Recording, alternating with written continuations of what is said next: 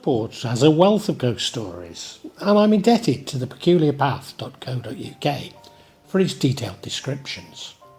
As a result of so many stories, I've split the vlog between Stockport Town Centre and Stockport Borough, west and east, including Bramhall, Cheadle Heath, Gatley, Bredbury, Goyt Valley, Lyme Park, Heaton Norris, Marple, Reddish and Romley. This first vlog is on Stockport Town Centre. On Little Underbank was the town's oldest surviving pubs, the Queen's Head, alas now closed, also known by some of its former names. Turner's Vault. The pub had been a landmark for centuries, standing on what was once a bustling coaching route between Manchester and London. Throughout its long history, it's been a gathering place for travellers, merchants and rogues, with whispers of secret meetings, shady deals, an occasional fortunate patron who didn't leave by the door. Some claim the building once housed a trapdoor, used to drop unwanted guests into the Tin Brook, which still flows beneath Stockport streets. When Samuel Smiths took on the task of restoring the Queen's Head, they expected to repair a fragile but historically important pub. Instead, they uncovered a structural nightmare. One of the most baffling incidents was the staircase. When work was completed, there were 5 steps perfectly formed, but inexplicably 3 more than intended.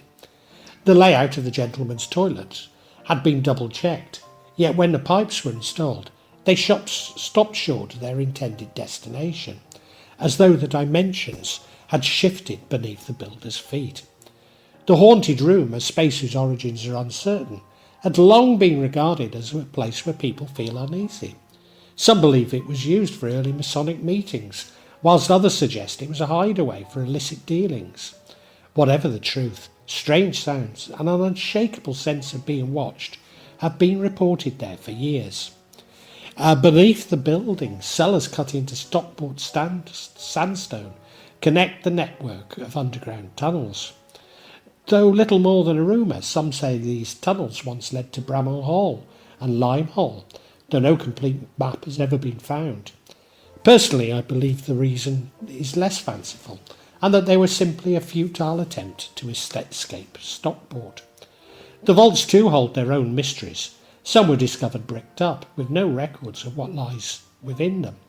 The most frequently reported apparition is a Cavalier soldier, seen pacing the building.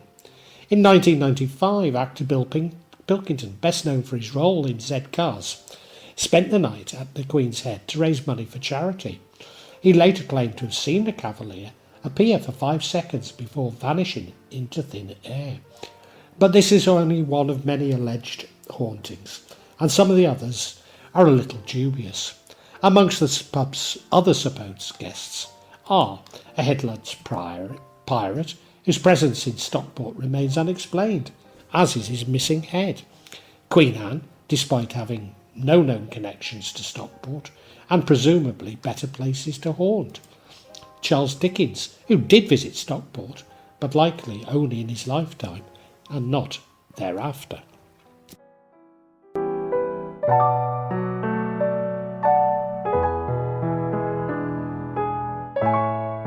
The Star and Garter was once a dispensary, and then expanded into an infirmary.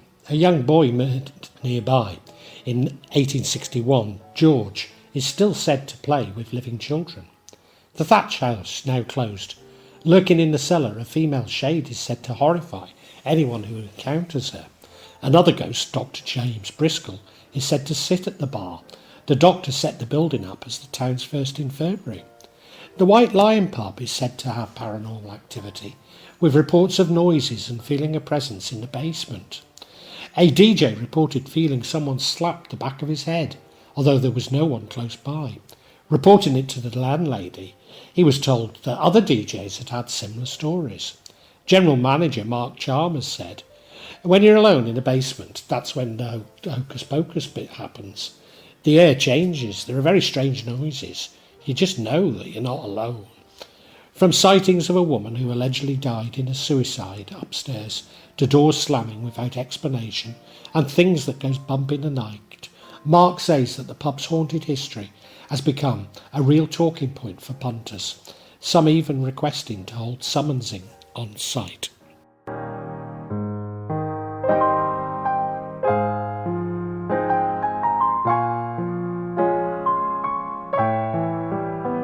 Astley Street residents have reported strange footsteps, doors rattling, and shadowy figures in the empty rooms on Astley Street.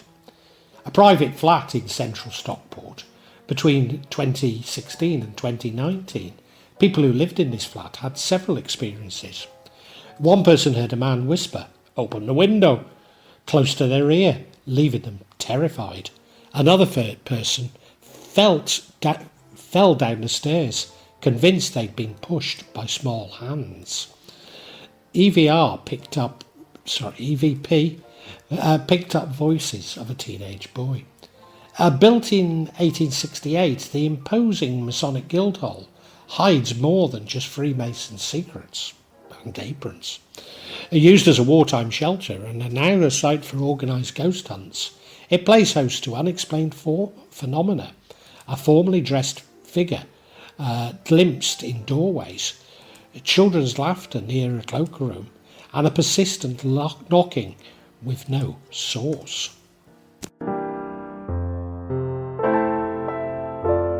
To eyewitnesses, a ghostly figure of a woman attempting to thumb a lift near Mersey Square on Wellington Road South has been seen. The reports have intrigued many paranormal experts, wondering who this woman is, where she's going, and what the hell she is doing thumbing a lift. Again, I suspect the interpretation to simply be that she's attempting to escape Stockport.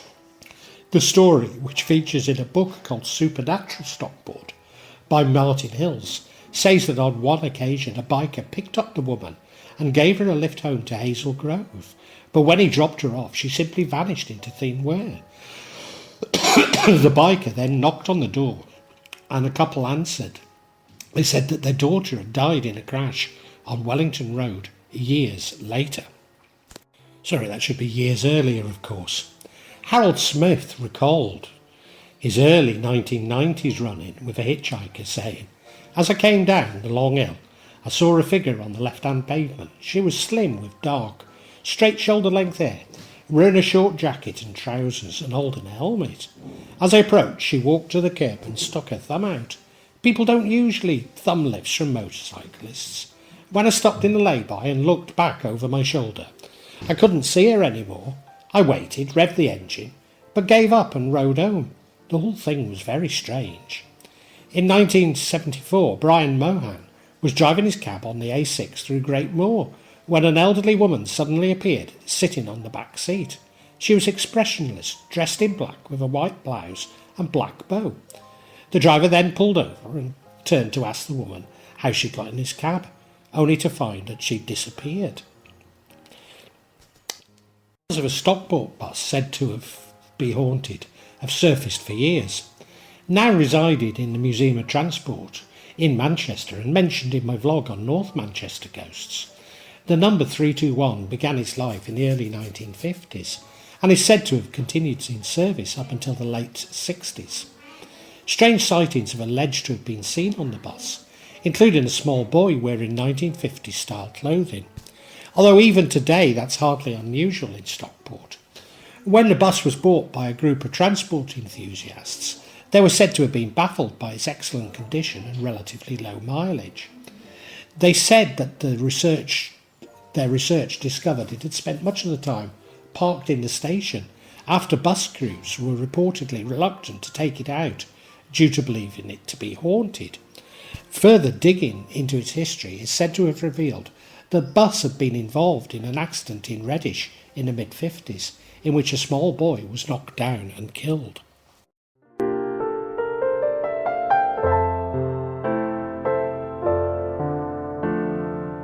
Tucked behind the marketplace in the heart of Stockport stands a building quite like any other in the town.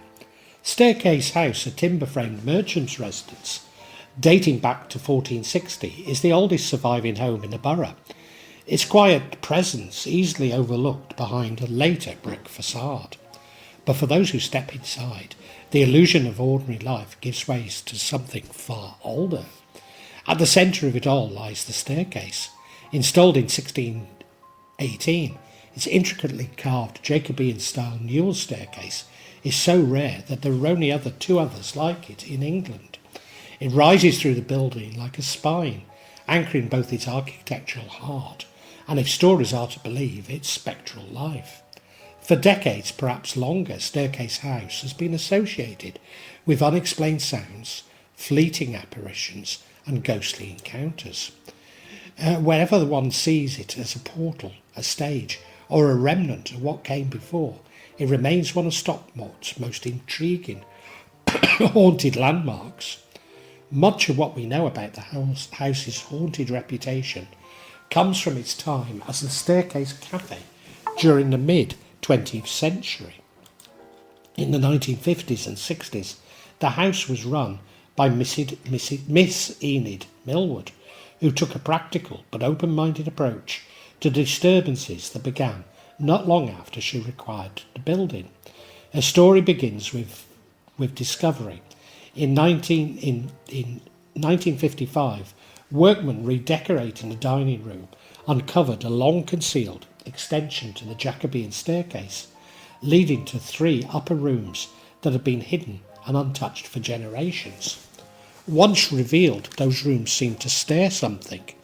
Guests and staff began reporting of phantom footsteps, knocks on the ceiling, and an unnerving sense that someone or something was pacing above. Miss Millwood said it was as though someone was trying to get out. Yet she never expressed fear, only curiosity. If it is a ghost, I'm sure that we can get along fine. Disturbances were not limited to sound. On one occasion, a guest cat was known to be bald, was found cowering in one of the upper rooms, visibly shaken and unwilling to move. Miss Millwood's calm demeanour in the face of such incidents helped shape the way locals came to view the haunting, not malevolent but persistent, a lingering presence rather than a threat. The staircase itself was most of the stories. Several witnesses have described seeing a ghost of a man partway up the stairs, dressed in Edwardian clothing, and often visible from only the waist up. He never speaks nor moves, but appears to be waiting, his purpose unknown.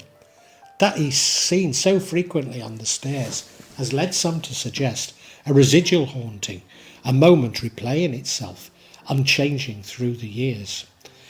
Another presence, known as the merchant's coin spirit, is said to rattle his spectral wealth before ever appearing in full.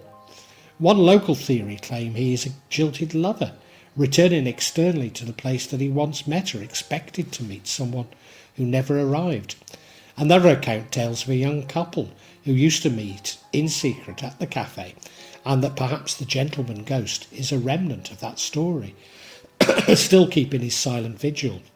Whatever his identity, the sightings have continued well into the museum era, with one museum employee, shortly after the house reopened in 2005, reported seeing a man on the landing, only to find the space empty moments later.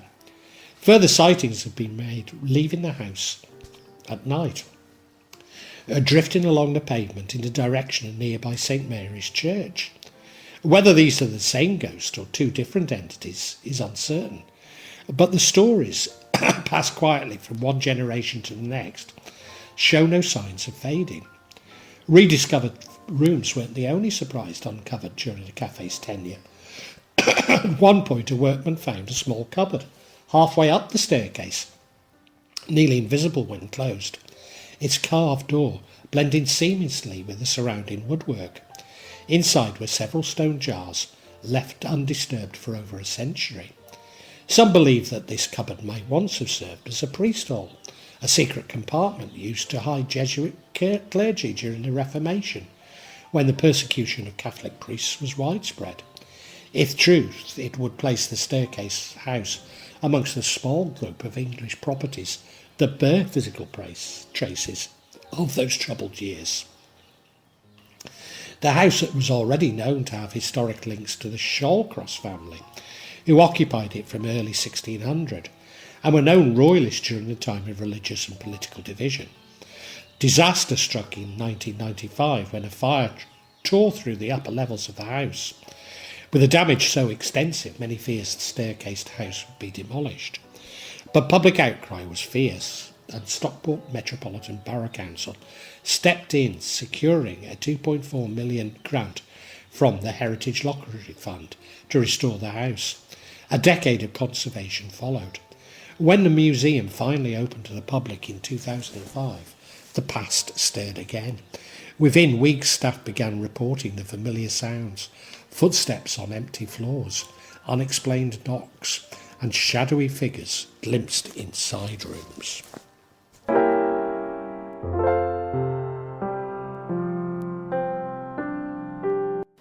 On Shaw Heath in Stockport, the imposing brick facade of St Thomas's Hospital bears the weight of many lives and many deaths. Originally opened in 1841 as Stockport Union Workhouse, it was built to house nearly 700 of the borough's poorest residents. Designed by Henry Bowman, it was grimly referred to by locals as the Grubber, a place synonymous with hardship, overcrowding and disease. By the mid-20th century, the workhouse had transitioned into a psychiatric facility, first known as Shaw Heath Hospital and later renamed St Thomas's in 1954. The building remained in use until 2004, when it finally closed and fell into disrepair. But long before its abandonment, rumours had already taken root of figures glimpsed on night shifts, unexplained lights, and a presence that unsettled even the most experienced of nurses. The conditions in the workhouse and its infirmary were reported in 1894 to be of total brutality and chaos. The management of the hospital were completely without a plan or method, and workers were packed like sardines. One of the most persistent tales linked to St Thomas's is that of the White Lady, a spectral figure said to appear floating just above the ground, a form glowing faintly with light. In 1974, featured by the Stockport Express, it was claimed that scores of night nurses and sisters had seen the ghost, always in the same spot. She was described as of average height, wearing robe-like apparel and smiling in a kindly manner. One former night sister, interviewed anonymously, said, "I suddenly stopped in my tracks as soon as I saw it. I knew exactly as it had been described. I'm absolutely down to earth, but I saw that figure. I saw it quite a few times after that." The ghost was never seen to move or speak. She simply stood calm, unmoving, surrounded by air. In one of the more unsettling beliefs tied to her appearance, some staff seemed to believe that she was a harbinger, a quiet death omen. Scores of nurses, the article reported, deduced and firmly believed that a visit from the White Lady was a forecast of death. This radiant woman appeared dressed either as a nurse or nun, and she was always just before the death of a patient on a certain ward. One superintendent, Wilfred Tatum, denied ever hearing ghost stories during his time, but told the Express that he was eventually pressured into conducting an internal inquiry. A tall figure in an old-fashioned clothing, he said, to roam the geriatric room known as Elgin 1. Unlike the gentle presence of the White Lady, Old Johnny was believed to be the spirit of a psychiatric patient who'd taken his own life, hanging himself in the hospital toilets over 20 years earlier. He was seen by nurses and patients alike, often mistaken for a late-night visitor, an unauthorised relative. As the first sighting continued, staff reached out that Father Vin Whelan of Our Lady's Roman Catholic Church in Stockport. The priest had called him twice to bless the ward, joined on one occasion by Father John Hoverington. "We said prayers and we threw holy water," Whelan told the press, "to give the nurses some peace of mind." He was careful to add that it was not an exorcism. There was nothing evil about this presence, he said. No harm was caused. Yet reports of old John's appearance seemed to cease shortly afterwards.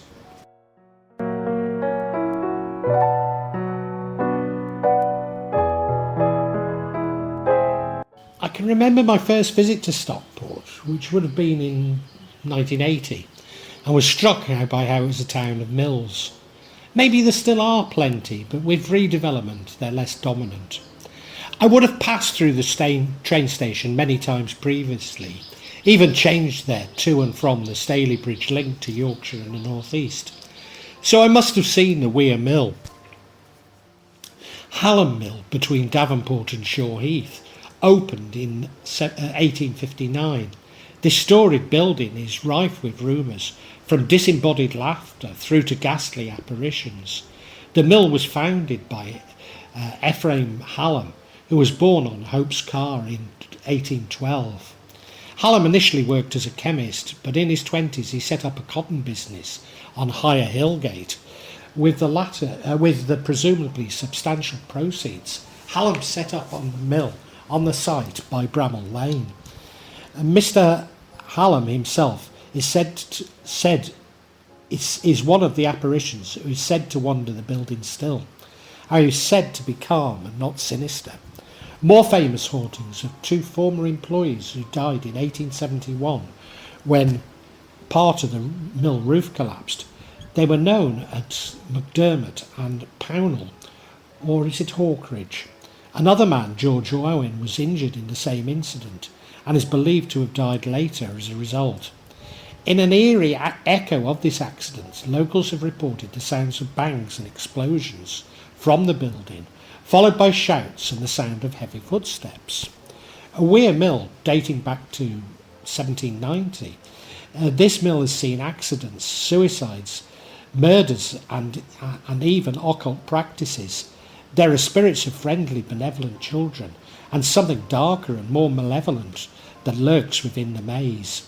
The former textile mill is reportedly haunted by child ghosts and a 7-foot-tall wraith-like entity summoned by satanic ritual in more recent times.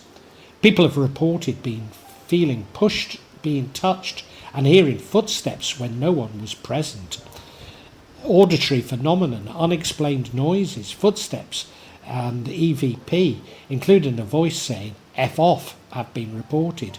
Some equipment has reportedly malfunctioned or behaved erratically.